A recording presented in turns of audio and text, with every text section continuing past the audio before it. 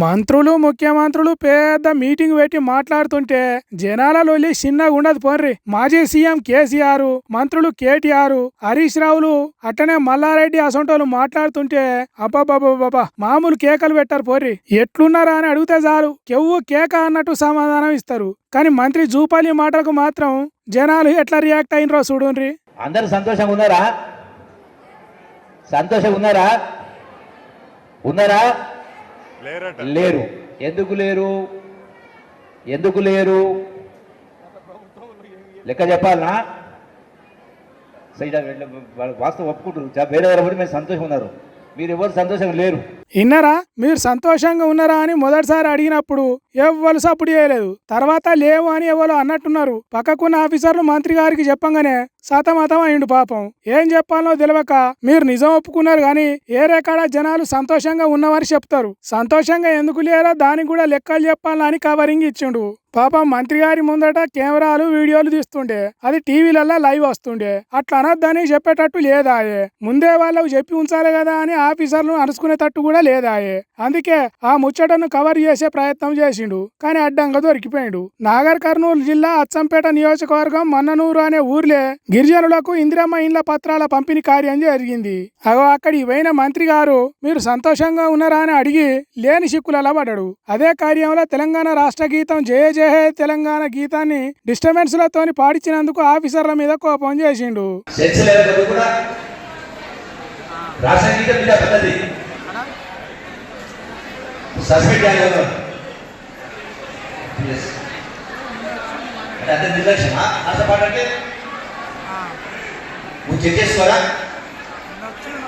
ముందు చెకింగ్ చేసుకోరా, పాట ఎట్లా రావాలో చూసుకోరా, ఇదెక్కడి పద్ధతి, సస్పెండ్ చేయాలని గట్టిగానే అరుచుకున్నాడు. ఇట్లా జరిగిన సభల తర్వాత మంత్రి గారు మాట్లాడుకుంటా అందరు సంతోషంగా ఉన్నారా అని అడిగి కాంగ్రెస్ సర్కారును ఇరుకునబడేసిండు. అదే ఏరియాకు సీఎం రేవంత్ రెడ్డి పోయి చెంచు మహిళలకు సోలార్ పంపు సెట్లు ఇచ్చిండు. ఇప్పుడు ప్రతి ఒక్క గిరిజన చెంచు బిడ్డలకు ఇందిరమ్మ ఇండ్లు శాంక్షన్ చేస్తున్నారు. అయినా సంతోషంగా లేవు మేము అని వాళ్ళు చెప్పే వరకు అందరు పరిశాన అయినరు. ప్రతిపక్షాలు ఈ సంతోషంగా లేవు అనే వీడియోను ఏ తీరుగా వైరల్ చేస్తారో ఏమో పోన్రి. ఏంది 5 ఏళ్ల బాబును చంపినరా? వాని దవాఖానల మన్ను ఎసొంటి ట్రీట్మెంట్ చేస్తున్నారు. బీమార్తో వచ్చిన బతికిచ్చే డాక్టర్లా లేకుంటే చంపే డాక్టర్లా వాళ్ళు? అదే ముచ్చట లోపలిపోయి అడిగే భార్గవన్న. శుక్రవారము కాళ్ళలో చిన్న గడ్డ అయింది, పస్ఫామ్ అయిందని ఈ హాస్పిటల్కి వచ్చామండి. హాస్పిటల్కి వస్తే డెబ్రిడిమెంట్ అని ఒక చిన్న సర్జరీ చేసి ఆ పస్ తీస్తామని చెప్పారు. శుక్రవారం మేము అడ్మిట్ అయ్యాము. అడ్మిట్ అయితే నిన్న మధ్యాహ్నము సర్జరీ చేశారు. సర్జరీ చేసి ఆ పస్ అయితే బయటికి తీశారట. 2 o'clock సర్జరీ చేస్తే 2 నుండి 9 వరకు ఎవరు పట్టించుకోలేదు సార్. దేనికి సర్జరీ చేశారు?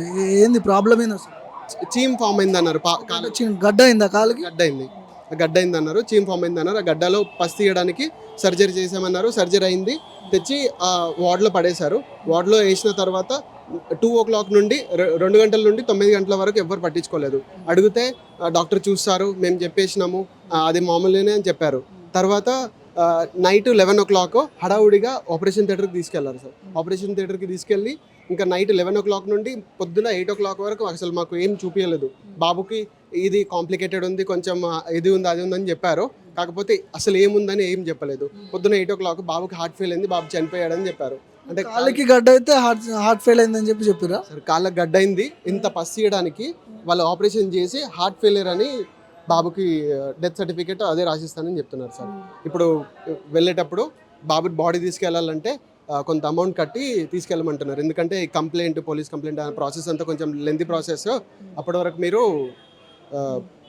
బిల్ అమౌంట్ పే చేస్తే మాకు బాగుంటుందని చెప్తున్నారు సార్. ఇనరా ఎట్లునో టీఎక్స్ అనే దవాఖాన డాక్టర్ల దుర్మార్గం. కాలుకు చిన్న పుండాయి షీ వచ్చింది అని దవాఖానకు తీసుకపోతే సర్జరీ చేసి తర్వాత గుండె ఫెయిల్ అయిందని చెప్పిరట. వాని దవాఖానల మన్నువాడ కాలు పుండుకు గుండెకేమైనా సంబంధం ఉన్నదా? వచ్చిరాని ట్రీట్మెంట్ చేసి పిల్లగాని కాలంతా నల్లబడేటట్టు చేసి వదిలేసిండ్రట. ఎందుకు ఇట్లా పట్టనట్టున్నారంటే డాక్టర్లు వచ్చి చూస్తారని అందరినీ అదరగొట్టిరట. అదే ముచ్చట మా భార్గవన్న అడిగితే ఏమంటున్నాడో ఇనుండ్రి. కాలుకి సర్జరీ చేసిరు కదా, హార్ట్ స్ట్రోక్ ఎట్లా వచ్చింది అనేది చెప్పండి. మాట్లాడతా బాబు, మాట్లాడడానికి ఇక్కడ ఉన్నా కదా. సో ఒకటి, అసలు ఈ అబ్బాయికి ఏం జరిగింది మీకు తెలుసా? ఇంతకు ముందు మీరు చెప్పండి, మీకు డాక్టర్స్ కదా. కన్సల్టెంట్ని పిలిపించి కాదు, కన్సల్టెంట్ సర్జరీ చేసిన డాక్టర్ మీరేనా? కాదు, నేను మేనేజ్మెంట్. మీకు ఎట్లా తెలుస్తుంది? మీకు తెలిసినట్టే డాక్టర్ సర్జరీ చేసిన డాక్టర్లకే తెలుసు కదా, మీకు ఎట్లా తెలుసు? నేను చెప్పేది సర్జన్ పిలిపించి మాట్లాడిపిస్తాను మీకు.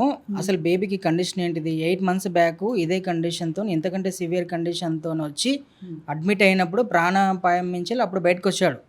ఆ అబ్బాయికి ఏముంది, చిన్నప్పటికి లాస్టివ్ మైలైటిస్ అనే ఒక ప్రాణాంతకమైన వ్యాధి ఉంది. అది బోన్ సర్జరీకి ముందు వాళ్ళ పేరెంట్స్ ఏం చెప్తున్నారంటే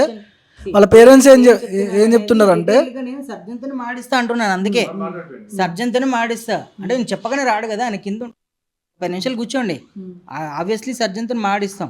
మాడించకపోతే ఏముంటుంది అంటే వాళ్ళ పేరెంట్స్ ఏమంటారు అంటే సర్జరీకి ముందు అబ్బాయి ఎగిరిండు, గంతిండు, యాక్టివ్గా ఉన్నాడు అని చెప్పి చెప్తున్నారు.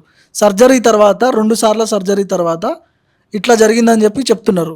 మీ నిర్లక్ష్యం అని చెప్తున్నారు. ఓకే, ఒకటి ఆరోపణలు మనం ఎవరి మీద అయినా చేసుకోవచ్చు.